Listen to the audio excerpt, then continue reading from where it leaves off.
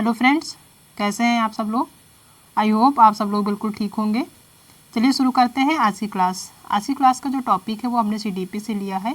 CDP से संबंधित जितने भी क्वेश्चन पूछे जाते हैं एग्जाम में, वो सारे क्वेश्चन आज हम की क्लास में डिस्कस करेंगे। जो इम्पॉर्टेंट क्वेश्चन, ठीक है, सीडीपी में जो इम्पॉर्टेंट है, जो हमेशा एग्जाम में पूछे जाते हैं, उन क्वेश्चन को डिस्कस करेंगे। ठीक है, आज की क्लास जो है बहुत इंपॉर्टेंट है। क्लास को बहुत ध्यान से देखिएगा क्योंकि ऐसे ही क्वेश्चन एग्जाम में पूछे जाते हैं। ठीक है, तो देखते हैं आज की क्लास का पहला क्वेश्चन क्या है। पहला क्वेश्चन है कि जिस व्यक्ति की बुद्धि लब्धि 90 से 110 के मध्य है वह है, यानी कि जिस बच्चे की बुद्धि लब्धि जो है 90 से 110 के बीच में होती है, वो उसकी जो बुद्धि है वो किस प्रकार की है।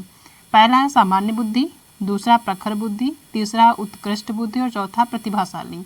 ठीक है, तो जिस किसी भी बच्चे की बुद्धि लब्धि जो 90 से 110 के बीच होती है तो वो माना जाता है सामान्य बुद्धि का। ठीक है, उसका मतलब ये है कि वो बच्चा जो है सामान्य बुद्धि का है। प्रतिभाशाली या फिर जो है मंद बुद्धि का नहीं है, बल्कि क्या है, वो 90 से 110 के मध्य है, तो उसका मतलब कि वो सामान्य बुद्धि का है। तो उसका पहला ऑप्शन सही होगा। ठीक है, आज की जो क्लास है इसमें सारे जो टॉपिक हैं उनसे रिलेटेड सभी क्वेश्चन है। ठीक है, मतलब जितने भी टॉपिक लगभग टॉपिक हम कवर किए हैं 30 क्वेश्चन में। ठीक है, तो बहुत ध्यान से देखिएगा। नेक्स्ट क्वेश्चन है कि बच्चे का शिक्षण और अधिक प्रभावी हो सकता है यदि, यानी किसी भी बच्चे का जो शिक्षण है वो बहुत और अधिक प्रभावित हो सकता है यदि जो है उसमें बताना कि कौन सी चीज़ें उसमें होनी चाहिए। पहला, छात्र को स्वयं कार्य करने की स्वायत्तता व नियंत्रण दिया जाए, यानी कोई भी बच्चा है उसको जो है स्वयं जो कार्य करने की उसको स्वतंत्रता दी जाए और नियंत्रण दिया जाए। ठीक है, दूसरा है छात्र अधिगम शिक्षक द्वारा निर्देशित व नियंत्रित हो। तीसरा है शिक्षक तथ्यों की व्याख्या करने में केंद्रीय भूमिका बनाए या निभाएं। चौथा है शिक्षण अधिगम को निर्देशित करें। तो जो बच्चे हैं उनका जो शिक्षण है वो और भी ज़्यादा प्रभावी हो सकता है जब उन्हें जो है स्वयं कार्य करने की स्वतंत्रता दी जाए। ठीक है, यानी कि जो बच्चे हैं उनका जो शिक्षण है, शिक्षा प्राप्त करने का जो माध्यम है, अगर वो बच्चा जो वो कोई भी काम कर रहा है, अगर कोई भी काम करने की वो जो है इच्छा जताता है कि वो कर सकता है, तो उसको जो है स्वयं कार्य करने की स्वतंत्रता दी जाए तो वो अच्छा करेगा या तो जो है गलत करेगा। अगर वो कुछ गलत करता है, ठीक है, तो वो उससे सीखेगा, अच्छा करेगा तो अच्छी बात है। ठीक है, कहने का मतलब किसी भी बच्चे को कुछ भी कार्य करने की जो है उसको स्वतंत्रता देनी चाहिए, स्वयं कार्य करने की। ठीक है, और साथ में कुछ नियंत्रण भी होने चाहिए कि बहुत ज़्यादा ऐसा काम ना करे कि उससे उसका नुकसान हो जाए या फिर बहुत ज़्यादा उसको जो है हानि हो जाए, तो इस चीज़ को भी ध्यान रखना है। तो पहला ऑप्शन ही सही होगा कि कोई भी छात्र है उसको जो है स्वयं कार्य करने की स्वायत्तता या स्वतंत्रता होनी चाहिए। ठीक है, तो पहला ऑप्शन इसका सही होगा। नेक्स्ट क्वेश्चन देखते हैं कि सृजनात्मकता की विशेषता है, ये बताना है कि जो सृजनात्मकता है उसकी क्या विशेषता है। पहला है मौलिकता, दूसरा है लचीलापन, तीसरा है प्रभावशीलता और चौथा है उपरोक्त सभी। तो जो सृजनात्मकता है उसकी जो विशेषता है वो ये सारी चीज़ें हैं, यानी तीनों चीज़ें हैं। ये मौलिकता भी है उसमें लचीलापन भी होनी चाहिए और प्रभावशीलता भी होना चाहिए। ठीक है, तो डी नंबर इसका सही होगा, उपरोक्त सभी। नेक्स्ट क्वेश्चन देखते हैं कि बालक का विकास होता है, यानी कोई भी बच्चा है उसका विकास किस प्रकार होता है ये बताना है। ठीक है, पहला ऑप्शन है सिर से पैर की ओर, दूसरा है पैर से सिर की ओर, तीसरा है दोनों ओर से और चौथा इनमें से कोई नहीं। तो कोई भी बच्चा हो उसका जो विकास होता है वह होता है सिर से पैर की ओर। ठीक है, यानी बच्चे का सबसे पहले सिर का विकास होता है, उसके बाद उसके पेट का यानी शरीर का होता है, उसके बाद पैर का होता है। तो ऐसे उसका क्रम है, यानी किसी भी बालक का जो विकास होता है वो सिर से पैर की ओर होता है। और ये जो क्वेश्चन है बहुत ही इंपॉर्टेंट है, एग्जाम में पूछा जाता है, तो इसको ध्यान से देख लीजिएगा। ठीक है, देखते हैं नेक्स्ट क्वेश्चन क्या है।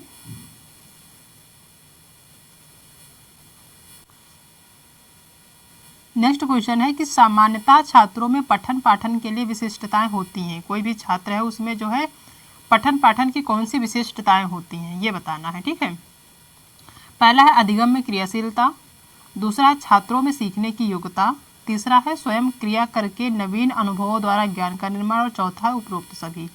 तो कोई भी छात्र हो या छात्रा हो उसमें जो पठन पाठन के लिए जो विशिष्टताएं होती हैं उसमें अधिगम में क्रियाशीलता होनी चाहिए, यानी कोई भी चीज़ सीख रहा है तो उसमें क्रियाशीलता होनी चाहिए, तो पहला ऑप्शन सही है। दूसरा है कि छात्रों में सीखने की योग्यता, ये ऑप्शन भी सही है कि कोई भी छात्र है उसमें सीखने की योग्यता होनी चाहिए। ठीक है, तीसरा है कि स्वयं क्रिया करके नवीन अनुभवों द्वारा ज्ञान का निर्माण करना, यानी कोई भी बच्चा उसको स्वयं काम कार्य करके जो उसको नए नए अनुभव प्राप्त हो उसमें जो है ज्ञान का निर्माण होना चाहिए। ठीक है, थर्ड ऑप्शन भी सही है। तो इसका डी ऑप्शन सही होगा कि उपरोक्त सभी ये सारी चीज़ें जो है एक बच्चे की पठन पाठन की जो विशिष्टताएं होती हैं। ठीक है, तो डी ऑप्शन सही होगा। नेक्स्ट क्वेश्चन देखते हैं कि जन्म के समय शिशु में कितनी हड्डियां होती हैं। ये जो क्वेश्चन है बहुत ही इंपॉर्टेंट है, एग्जाम में पूछा जाता है, तो इसको ध्यान से देखिएगा। ठीक है, कि जन्म के समय शिशु में कितनी हड्डियां होती हैं ये बताना है। ठीक है, पहला है 206, दूसरा है 230, तीसरा ऑप्शन है 270, चौथा है 320। तो जन्म के समय जो शिशु होता है उसकी जो हड्डी, उसके शरीर में जो हड्डियों की संख्या होती है, जो अस्थियों की संख्या होती है वो होती है 270। ठीक है, 270 अस्थियां होती हैं बच्चे के यानी एक शिशु के शरीर में, तो इसका सी ऑप्शन सही होगा। ठीक है, नेक्स्ट क्वेश्चन देखते हैं, पियाजे की औपचारिक संक्रियात्मक अवस्था किस आयु की अवधि तक मानी जाती है। यानी जो जीन पियाजे हैं उनकी जो है औपचारिक संक्रियात्मक अवस्था है, इसकी जो है आयु क्या है, इसकी एज क्या है, कि बच्चे में जो है ये कितनी एज होनी चाहिए जिसे औपचारिक संक्रियात्मक के रूप में हम देखते हैं या फिर उसके रूप में जाना जाता है। ठीक है, या फिर पियाजे ने माना है, यानी जो जीन पियाजे ने जिसे जो है औपचारिक संक्रियात्मक अवस्था माना है उसकी क्या आयु होनी चाहिए। ठीक है, या उन्होंने क्या मानी है उस इसको जो है इस अवस्था को कितनी आयु मानी है ये बताना है। ठीक है, पहला है 0 से 2 वर्ष, दूसरा है 2 से 7 वर्ष, तीसरा है 7 से 11 वर्ष और चौथा है 11 से 15 वर्ष। ठीक है, तो जो जीन पियाजे हैं उनकी जो अवस्था है औपचारिक संक्रियात्मक अवस्था, इसमें जो एज की अवधि मानी जाती है वो है 11 से 15 वर्ष। यानी कि जो 11 से 15 वर्ष के बच्चे हैं उनको जो है औपचारिक संक्रियात्मक अवस्था में रखा जाता है। तो इसका फोर्थ ऑप्शन डी नंबर सही होगा। ठीक है, नेक्स्ट क्वेश्चन देखते हैं कि गर्भ में बालक को विकसित होने में कितने दिन लगते हैं। यानी जो गर्भावस्था होता है बच्चे का, उसमें जो है बालक को विकसित होने में कितना दिन का समय लगता है ये बताना है। पहला है 150 दिन, दूसरा 280 दिन, तीसरा 390 दिन, चौथा है 480 दिन। तो किसी भी बालक को गर्भ में जो है विकसित होने का जो समय लगता है वो लगता है 280 दिन। ठीक है, 280 दिन। ठीक है, यानी कोई भी बालक है उसको जो गर्भ में जो उसका विकास होता है वो कितने दिन लगते हैं उसका विकास होने में, उसको विकसित होने में, तो वो लगता है 280 दिन। ठीक है, इसका बी ऑप्शन सही होगा। नेक्स्ट क्वेश्चन देखते हैं कि बालक के जन्म के समय शिशु के मस्तिष्क का भार होता है। यानी किसी भी बच्चे का जब जन्म होता है तो उस समय शिशु का जो मस्तिष्क होता है उसका भार क्या होता है ये बताना है। पहला है 300 ग्राम, दूसरा है 350 ग्राम और तीसरा ऑप्शन है 400 ग्राम और चौथा है 450 ग्राम।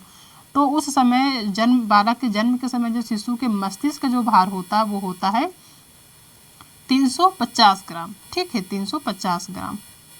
इस चीज़ को ध्यान में रखिएगा क्योंकि ये एग्जाम में पूछा जाता है।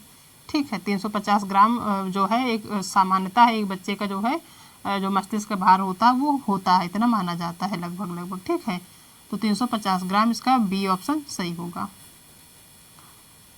नेक्स्ट क्वेश्चन देखते हैं,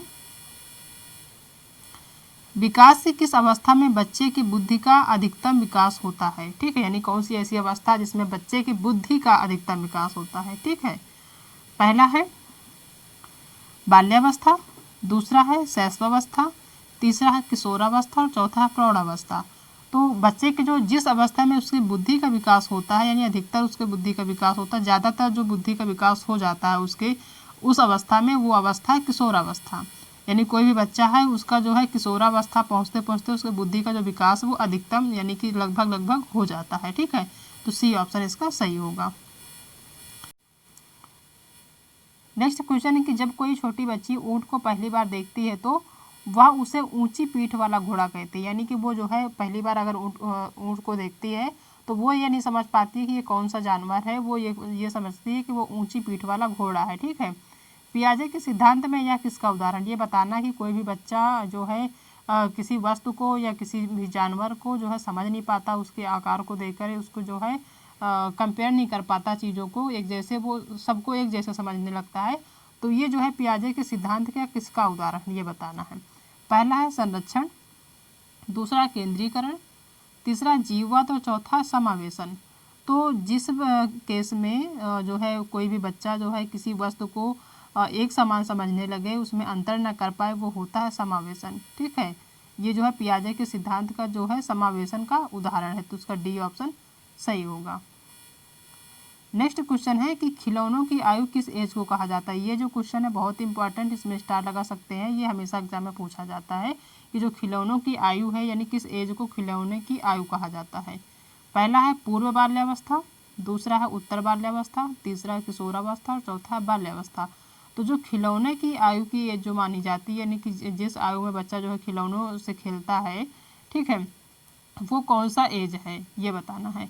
तो ये जो एज है वो है पूर्व बाल्यावस्था, यानी जो बाल्यावस्था का जो पहले का जो एज होता है, जो समय होता है, उसमें जो है बच्चे खिलौनों की ज़्यादा महत्व देता है, तो इसलिए उसको क्या कहते हैं, खिलौनों की आयु कहते हैं या एज कहते हैं। ठीक है, तो उसका पहला ऑप्शन सही होगा। नेक्स्ट क्वेश्चन देखते हैं कि बालक का सामाजिक विकास प्रभावित होता है, यानी कोई भी बच्चा है उसका जो सामाजिक विकास है वो प्रभावित होता है किस तरीके से, ये बताना है। पहला सामाजिक आर्थिक स्तर से, यानी सामाजिक आर्थिक स्तर से सामाजिक विकास प्रभावित होता है बच्चे का, या फिर विद्यालय से, या फिर परिवार से, या फिर इनमें से कोई नहीं। ठीक है,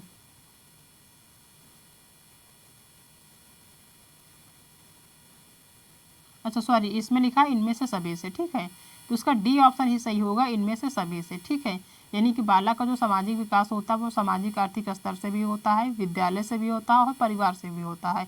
कई जगहों से जो है बच्चे का जो है सामाजिक विकास होता है। ठीक है, बच्चा जो है वो कई जगहों से चीज़ों को सीखता है जिसकी वजह से उसका सामाजिक विकास हो पाता है। तो ये डी ऑप्शन सही होगा, इनमें से सभी। ठीक है, नेक्स्ट क्वेश्चन देखते हैं कि जब बच्चे समूह खेल में भाग लेते हैं, जब बच्चे समूह खेल में भाग लेते हैं तो बच्चे निम्न में से क्या सीखते हैं।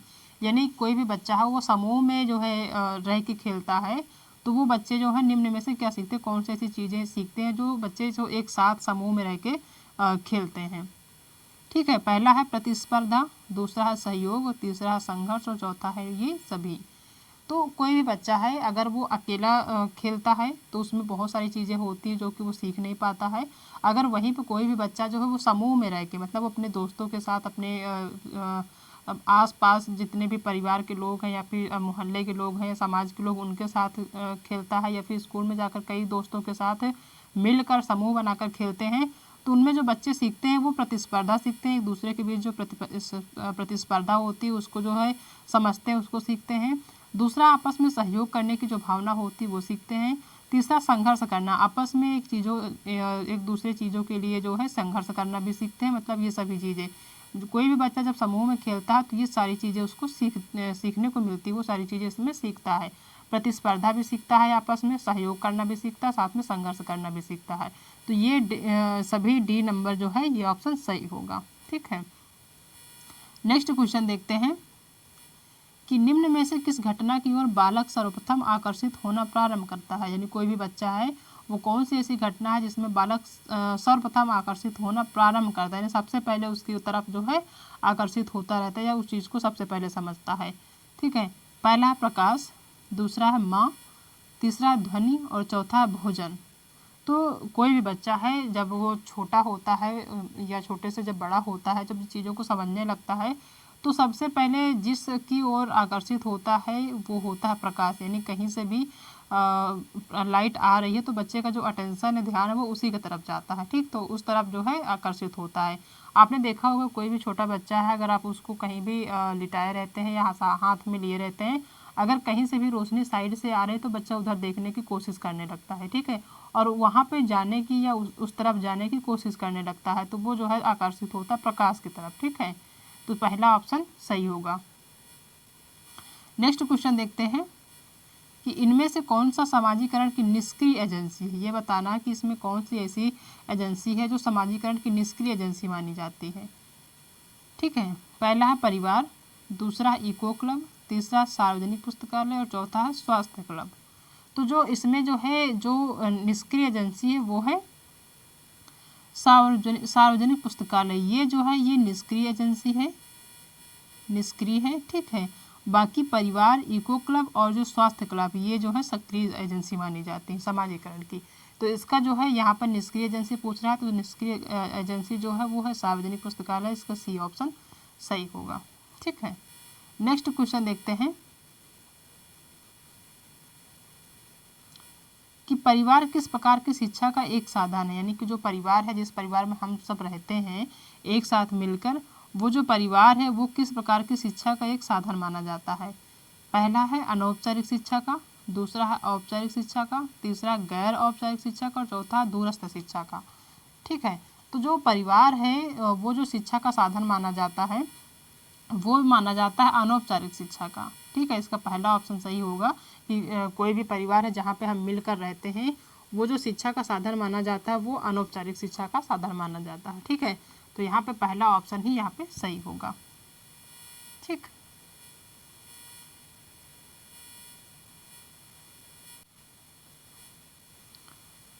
नेक्स्ट क्वेश्चन है कि इनमें से सीखने के गेस्टाल्ट सिद्धांत से संबंधित है। यानी कौन सा मनोवैज्ञानिक या कौन से ऐसे मनोवैज्ञानिक है जो कि सीखने के गेस्टाल्ट सिद्धांत से संबंधित है। ठीक है, ये बताना है।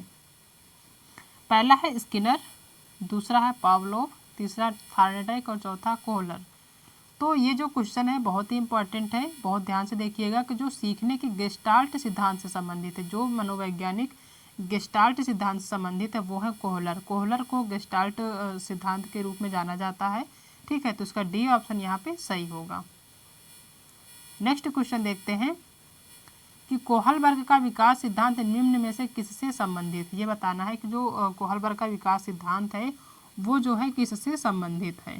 ठीक है, पहला है भाषा विकास, दूसरा है संज्ञानात्मक विकास, तीसरा है नैतिक विकास और चौथा है सामाजिक विकास। ठीक है, तो जो कोहलबर्ग का विकास सिद्धांत संबंधित है जिस चीज़ से, वो संबंधित है नैतिक विकास से। ठीक है, नैतिक विकास का सिद्धांत जो जिसने दिया है वो है कोहलबर्ग साहब। ठीक है, तो इसका सी ऑप्शन सही होगा। और हम आपको बताते चलें कि आपका जो सीडीपी का पेपर है उसमें जो कोहलबर्ग हैं, जीन पियाजे हैं, ये और जो है वाइगोत्स्की, ये सब बहुत इंपॉर्टेंट है। इनसे संबंधित क्वेश्चन हमेशा एग्जाम में पूछा जाता है, तो इनको बहुत ही ध्यान से देखिएगा। ठीक है, ताकि कोई भी क्वेश्चन ऐसा ना हो जिसको कि आप जो है छोड़ दें और आपको जो है कहीं ना कहीं इफेक्ट करे आपके पेपर का। ठीक है, तो बहुत ध्यान से देखिएगा। नेक्स्ट क्वेश्चन देखते हैं कि पियाजे मुख्यतः किस विकास से संबंधित है। यानी जो जीन पियाजे हैं वो किस विकास से संबंधित इस चीज़ को, ये जो क्वेश्चन है बहुत ही बेसिक का है और बहुत ही जो है कॉमन है, एग्जाम में पूछा जाता है कि जो जीन पियाजे हैं उन्होंने कौन सा सिद्धांत को प्रतिपादित किया है, या जो जीन पियाजे किससे संबंधित है। ये क्वेश्चन जो है आपको अलग अलग टाइप से देखने को मिलेंगे। ठीक है, तो बहुत ध्यान से देखिएगा। तो यहाँ पूछ रहा है कि जीन पियाजे जो है मुख्यतः किस विकास से संबंधित है। क्या वो भाषा विकास से संबंधित है, या फिर संज्ञानात्मक विकास से, या नैतिक विकास से, या फिर सामाजिक विकास से। ठीक है, तो जो जीन पियाजे हैं वो जिस विकास से संबंधित हैं वो है संज्ञानात्मक विकास, यानी कॉग्निटिव डेवलपमेंट। ठीक है, इसका बी ऑप्शन सही होगा। कहीं भी क्वेश्चन में जो है संज्ञानात्मक विकास से संबंधित ऑप्शन दिया हुआ क्वेश्चन में अगर जीन पियाजे से संबंधित क्वेश्चन है तो ये ऑप्शन हमेशा सही होगा। ठीक है, यानी कि जो जीन पियाजे हैं उनका जो सिद्धांत है वो है संज्ञानात्मक विकास का सिद्धांत, तो बी ऑप्शन यहाँ पे सही होगा। नेक्स्ट क्वेश्चन देखते हैं कि अधिगम का संरचनात्मक विचार यह सुझाव देता है कि ज्ञान की संरचना में, यानी कि जो अधिगम का संरचनात्मक विचार है वो किस चीज़ की जो है सुझाव देता है, ज्ञान की संरचना में किस चीज़ का सुझाव देता है, ये बताना है। पहला है बच्चे सक्रिय भूमिका निभाते हैं। बहुत सही, बिल्कुल सही कि जो बच्चे होते हैं वो सक्रिय भूमिका निभाते हैं। ठीक है, यहाँ पे जो है एक आपको पॉजिटिव टैग वर्ड देखने को मिलता है, सक्रिय भूमिका। ठीक है, तो ये ऑप्शन कहीं ना कहीं आपको सही है, ये एक इंडिकेट है कि हाँ ये ऑप्शन सही हो सकता है। बाकी ऑप्शन देख लेते हैं। ठीक है, तो ये ऑप्शन तो अभी सही है। बाकी दूसरा देखते हैं कि बच्चे पूर्ण रूप से पाठ्य पुस्तकों पर निर्भर रहते नहीं, जो बच्चे हैं वो पाठ्य पुस्तकों पर निर्भर नहीं होते हैं। ठीक है, वो जो है कोशिश ये रहती है कि बच्चे जो है बाहरी दुनिया से भी चीज़ों को सीखें, ना कि पाठ्य पुस्तकों पर ही निर्भर रहें। ठीक है, तो ये ऑप्शन गलत होगा। तीसरा कि बच्चों की कोई भूमिका नहीं होती। ऐसा नहीं है कि बच्चे की कोई भूमिका नहीं होती, चाहे अधिगम का कोई भी विचार हो या शिक्षण में हो, कहीं भी हो, वहाँ पे बच्चे की अगर किसी भूमिका की बात ना करी गई हो तो जो है वो हमेशा निगेटिव होगा, तो ये ऑप्शन गलत होगा। ठीक है, चौथा दिया हुआ है कि बच्चे पूर्ण रूप से वयस्कों पर निर्भर रहते हैं। ये ऑप्शन भी गलत है कि कोई भी बच्चा हो वो पूर्ण रूप से वयस्क पर नहीं निर्भर रहता। ठीक है, तो ये ऑप्शन गलत है। यहाँ पे जो सही होगा वो होगा बच्चे सक्रिय भूमिका निभाते हैं। यहाँ पे ये ऑप्शन, ये जो वर्ड है इसको देख के आप सीधा कह सकते हैं कि ये ऑप्शन सही होगा कि जो बच्चे हैं वो किसी भी काम के लिए सक्रिय भूमिका निभाते हैं, ना कि निष्क्रिय। ठीक है, तो पहला ऑप्शन यहाँ पे सही होगा। नेक्स्ट क्वेश्चन देखते हैं कि अधिगम के लिए निम्न में से कौन सी धारणा उपयुक्त है। यानी कोई भी अधिगम है या बच्चे को हम अधिगम सिखा रहे हैं या दे रहे हैं। ठीक है, अधिगम का मतलब ही होता है सिखाना या शिक्षण देना। ठीक है, तो अधिगम के लिए निम्न में से कौन सी धारणा है जो उपयुक्त होती है या उपयुक्त है। ठीक है, पहला प्रयासों से कोई फर्क नहीं पड़ता, दूसरा असफलता है, तीसरा योग्यता सुधार है और चौथा है योग्यता अटल है। ठीक है, तो ये जो है ऑप्शन पहला गलत होगा कि प्रयासों से कोई फर्क नहीं पड़ता। ऐसा नहीं है कि बच्चा प्रयास नहीं करेगा या कर रहा तो उसे कोई फर्क नहीं पड़ेगा, इससे फर्क पड़ता है। अगर कोई भी बच्चा प्रयास करता है तो उसका जो है कहीं ना कहीं अधिगम में उसका फर्क पड़ेगा, नहीं करता तो भी उसका जो है इफेक्ट पड़ेगा। तो ये ऑप्शन गलत है। दूसरा है कि असफलता है। ठीक है, पहला ऑप्शन गलत है, दूसरा है कि असफलता है, ये भी गलत है। ठीक है, अधिगम के लिए जो धारणा होती है वो ऐसा नहीं कि असफलता है, ये गलत है। तीसरा है कि योग्यता सुधार है, ये ऑप्शन सही होगा कि जो योग्यता है किसी भी बच्चे की, अगर वो अच्छी योग्यता है या गलत योग्यता है तो उसको हम सुधार कर सकते हैं। ठीक है, सुधार उसमें हो सकता है, तो उसका सी ऑप्शन ही यहाँ पे सही होगा। ठीक है, नेक्स्ट क्वेश्चन देखते हैं कि निम्न में से कौन सी परिपाटी विद्यार्थियों में संकल्पनात्मक समझ में बढ़ोतरी करने में सहायक है। ठीक है, ये बताना है कि कोई भी जो परिपाटी है वो विद्यार्थियों में संकल्पनात्मक समझ में बढ़ोतरी करने में सहायक होती है। ठीक है, तो पहला ऑप्शन है बारंबार परीक्षाएं, दूसरा है अन्वेषण और संवाद, तीसरा प्रतिस्पर्धा आधारित प्रतिस्पर्धाएं और चौथा है कि पाठ्यपुस्तक केंद्रित शिक्षा शास्त्र। तो इसका जो सही आंसर होगा वो होगा अन्वेषण और संवाद। ठीक है, ये जो अन्वेषण और संवाद है यानी कि आपस में जो डिस्कशन करना, ठीक है, किसी भी चीज़ के लिए, वो जो है संकल्पनात्मक समझ में बढ़ोतरी करने में सहायक होता है। ठीक है, तो इसका बी ऑप्शन सही होगा। नेक्स्ट क्वेश्चन देखते हैं कि राष्ट्रीय पाठ्यचर्या की रूपरेखा 2005 के अनुसार कक्षा में शिक्षा की भूमिका होनी चाहिए। ये जो क्वेश्चन है वेरी वेरी इंपॉर्टेंट है, हमेशा एग्जाम में पूछा जाता है। वैसे तो आपका जो राष्ट्रीय पाठ्यचर्या रूपरेखा यानी कि जो NCF है 2005 का, यही बहुत इंपॉर्टेंट है। इससे संबंधित आपको 4 से 5 क्वेश्चन हमेशा एग्जाम में देखने को मिलते हैं। तो ये कहीं ना कहीं ये क्वेश्चन बहुत ज़्यादा इंपॉर्टेंट है, इस चीज़ को ध्यान रखिएगा। ठीक है, पहला है कि जो शिक्षक की भूमिका होनी चाहिए वो एक उत्प्रेरक के रूप में होनी चाहिए, दूसरा है कि एक आदेशक के रूप में होनी चाहिए, तीसरा कि एक नेता के रूप में और चौथा उपरोक्त में से कोई नहीं। ठीक है, तो राष्ट्रीय पाठ्यचर्या यानी कि जो NCF 2005 है वो कहता है कि जो कक्षा में शिक्षक की भूमिका होनी चाहिए वो होनी चाहिए एक उत्प्रेरक के रूप में। ठीक है, ना कि आदेशक और नेता या फिर और किसी रूप में, बल्कि होना चाहिए एक उत्प्रेरक के रूप में। ठीक है, तो पहला ऑप्शन इसका सही होगा। नेक्स्ट क्वेश्चन देखते हैं कि विवेचनात्मक शिक्षा शास्त्र खुले विमर्श और विविध दृष्टिकोण के माध्यम से लेने की प्रक्रिया को सरल बनाता है। ठीक है, यानी कौन से ऐसे निर्णय लेने पर जो है वो प्रक्रिया सरल हो जाती है, ये बताना है। पहला है सामूहिक निर्णय, दूसरा है स्वनिर्णय, तीसरा एकल निर्णय और चौथा इनमें से कोई नहीं। ठीक है, तो यहाँ पे जो है वो सही होगा, वो होगा स्वनिर्णय, यानी कि स्वयं से जो निर्णय लेते हैं वो जो है जो शिक्षा शास्त्र का जो खुला विचार और विमर्श करने की जो है प्रक्रिया है, उसमें जो है स्वयं से निर्णय लेने की जो प्रक्रिया होती है, जो माध्यम होता है, वो सही होगा। इसका बी ऑप्शन सही होगा। ठीक है, नेक्स्ट क्वेश्चन है कि राष्ट्रीय पाठ्यचर्या की रूपरेखा 2005 के अनुसार बच्चों के आकलन का सही तरीका है।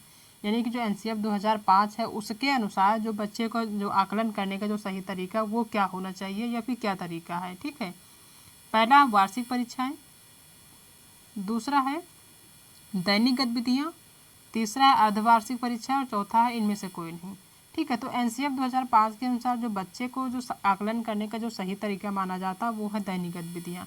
अगर आप बच्चे से दैनिक गतिविधियां यानी पर डे कोई ना कोई गतिविधियां कराते हैं जिसके माध्यम से बच्चे सीखते हैं या फिर बच्चे को सिखाने की कोशिश करते हैं, जिन गतिविधियों के माध्यम से, वो जो है बच्चों का आकलन का सही तरीका है। कोई भी अगर आप कोई भी चीज़ सिखाते हैं, ठीक है, उसके बाद उनसे जो है एक्टिविटी करवाते हैं, गतिविधियाँ कराते हैं, जिसके माध्यम से जो है बच्चे का आकलन होता है।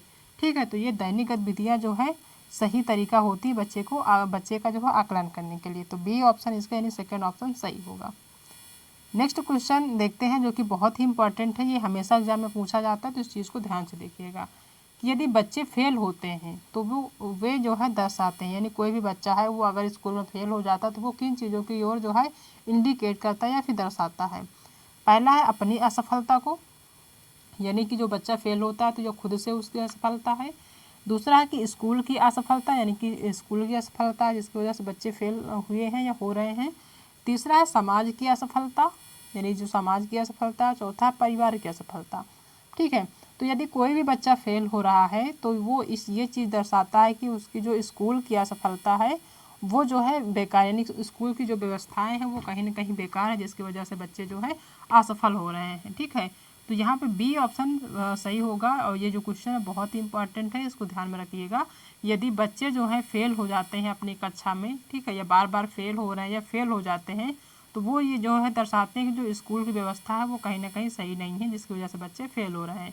तो इसमें जो है स्कूल की असफलता है। ठीक है, तो उसका बी ऑप्शन सही होगा।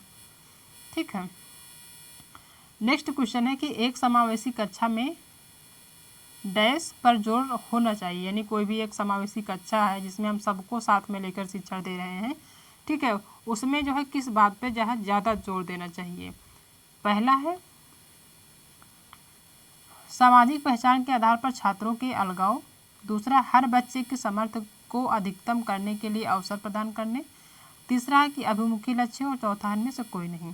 तो जो एक समावेशी कक्षा होता है उसमें हम जिन चीज़ों पर ज़्यादा फोकस करते हैं, जिन पे ज़्यादा जोर देते हैं, वो होते हैं कि हर बच्चे के सामर्थ्य को अधिकतम करने के लिए अवसर प्रदान करने चाहिए। यानी हम समावेशी कक्षा में जो है, अगर समावेशी कक्षा की बात करें तो वहाँ पे जितने भी बच्चे हैं उनको लेके चलना है। ठीक है, और उनका जो सामर्थ्य है उनको अधिकतम जो है अवसर प्रदान करने के लिए उसका जो है उपयोग करना है। ठीक है, यानी कोई भी बच्चा है उसको जो है अधिक से अधिक अवसर देना है। इस चीज़ पर जो है समावेशी कक्षा पे जो है आपका इंडिकेट करती है, जोर देती है। ठीक है, तो इसका बी ऑप्शन सही होगा।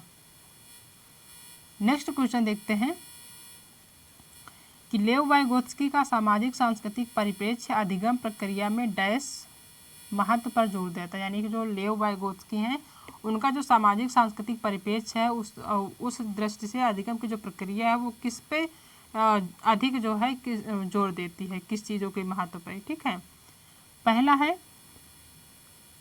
अभिप्रेरणा, दूसरा स्कीमा, तीसरा है मनोवैज्ञानिक उपकरण और चौथा है सांस्कृतिक उपकरण। ठीक है, तो जो लेओ वाइगोस्की हैं उनका जो है ज़्यादातर उनका जो संबंध है वो है सामाजिक सांस्कृतिक दृष्टि से, परिप्रेक्ष्य से। ठीक है, या यूँ कह लें कि सामाजिक सांस्कृतिक सिद्धांत से। तो इसमें जिन चीज़ों पर वो जो है ज़्यादा जोर देते हैं, जिन चीज़ों पर ज़्यादा महत्व देते हैं वो है सांस्कृतिक उपकरण। तो इसका फोर्थ ऑप्शन यहाँ पे सही होगा। ठीक है, नेक्स्ट क्वेश्चन है कि बच्चों को सीखने में कठिनाई होती है जब, यानी कोई भी बच्चा है उसको किन केस में किस वजह से जो है सीखने में कठिनाई होती है ये बताना है। पहला है कि अधिगम सामाजिक संदर्भ में हो, यानी कि बच्चों की जो सीखने की कठिनाई होती है उसमें जब अधिगम सामाजिक संदर्भ में होता है तब उसमें कठिनाई होती है। या फिर विषय वस्तु को बहुरूपों में प्रस्तुत किया गया हो इसलिए उसमें कठिनाई होती है। या फिर सूचना अलग अलग टुकड़ों में प्रस्तुत किया जाए इसलिए कठिनाई होती है। या फिर वह आंतरिक रूप से अभिप्रेरित हो इसलिए वहाँ पे जो है उसको कठिनाई होती है। ठीक है, तो यहाँ पे जो है जो सही होगा वो होगा कि जो सूचना दी जा रही है वो अलग अलग टुकड़ों में प्रस्तुत की जा रही है जिसकी वजह से बच्चों को सीखने में कठिनाई होती है। ठीक है, तो इसका जो है सी ऑप्शन सही होगा। ठीक है, यानी कि जो सूचना है वो अलग अलग, वो जो सूचना दी जा रही है वो अलग अलग दी जा रही है और टुकड़ों में उसको बांट दिया गया है जिसकी वजह से बच्चों को सीखने में कठिनाई होती है। ठीक है, तो इसका सी ऑप्शन सही होगा। तो ये सारे क्वेश्चन हैं सीडीपी के जो कि इम्पॉर्टेंट है, हमेशा एग्जाम में पूछे जाते हैं। ठीक है, आई होप कि आप सबको आज की क्लास पसंद आई होगी। अगर आज की क्लास पसंद आई है तो वीडियो को लाइक करिएगा, अपने उन सभी दोस्तों को शेयर करिएगा जो कि सीटेट की तैयारी कर रहे हैं और जिनका एग्ज़ाम आने वाला है। ठीक है, अगर आप चैनल पर नए हैं तो चैनल को सब्सक्राइब करिएगा। ठीक है, वीडियो पसंद आए तो वीडियो को लाइक करना बिल्कुल भी मत भूलिएगा। मिलते हैं नेक्स्ट क्लास में एक नए टॉपिक के साथ, तब तक अपना ध्यान रखिएगा। Okay, thank you.